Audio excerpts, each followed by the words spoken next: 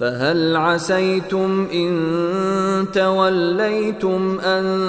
تفسدوا في الأرض وتقطعوا أرحامكم أولئك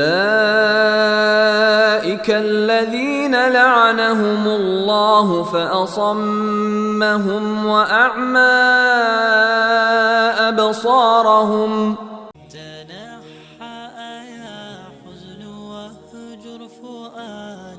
توكل بجد بعزم فصيح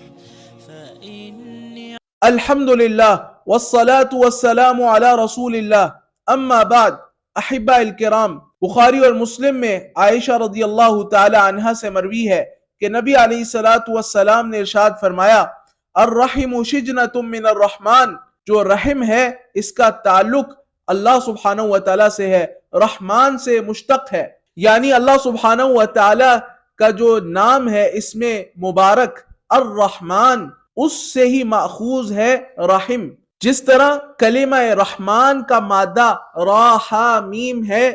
اسی طرح کلمہ رحم کا مادہ بھی را ہا میم ہے. اور پھر نبی علیہ الصلوۃ والسلام نے ارشاد فرمایا کہ اللہ تعالیٰ فرماتا ہے کہ فمن وصلها وصلته ومن قطعها قطعته،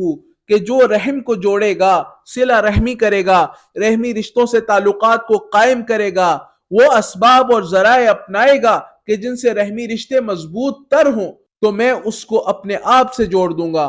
میرا اس سے تعلق مضبوط ہو جائے گا، میری عافیت اور رحمت کے اندر وہ شامل ہو جائے گا. اور وَمَنْ قَطَعَهَا قَطَعْتُهُ، جو رحمی رشتوں کو توڑے گا، آپس میں تعلقات میں دراڑیں پیدا کرے گا، وہ اسباب اور ذرائع اپنائے گا کہ جن سے آپس میں دوریاں پیدا ہوں، نفرتیں جنم لیں، بغض آئیں، عداوتیں پیدا ہوں، خاندانوں کا تعلق آپس میں ٹوٹے، جو ایسے اسباب اور ذرائع اپنائے گا تو اس کو میں اپنے آپ سے کاٹ دوں گا، وہ مجھ سے محروم ہو جائے گا. میری رحمت، میری عافیت، میری حفاظت، میری نعمت، میرے دین، میرے ساتھ تعلق اور میرے ساتھ اپنائیت اور میرے ساتھ انس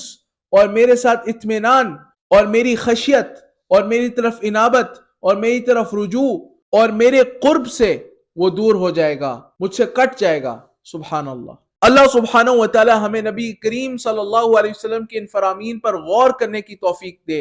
اور ہمیں صلہ رحمی کرنے کی توفیق دے اور قطع رحمی سے بچائے رکھے. وباللہ تعالی توفیق، وصلی اللہ وسلم علی نبینا محمد وعلی آلہ وصحبہ اجمعین.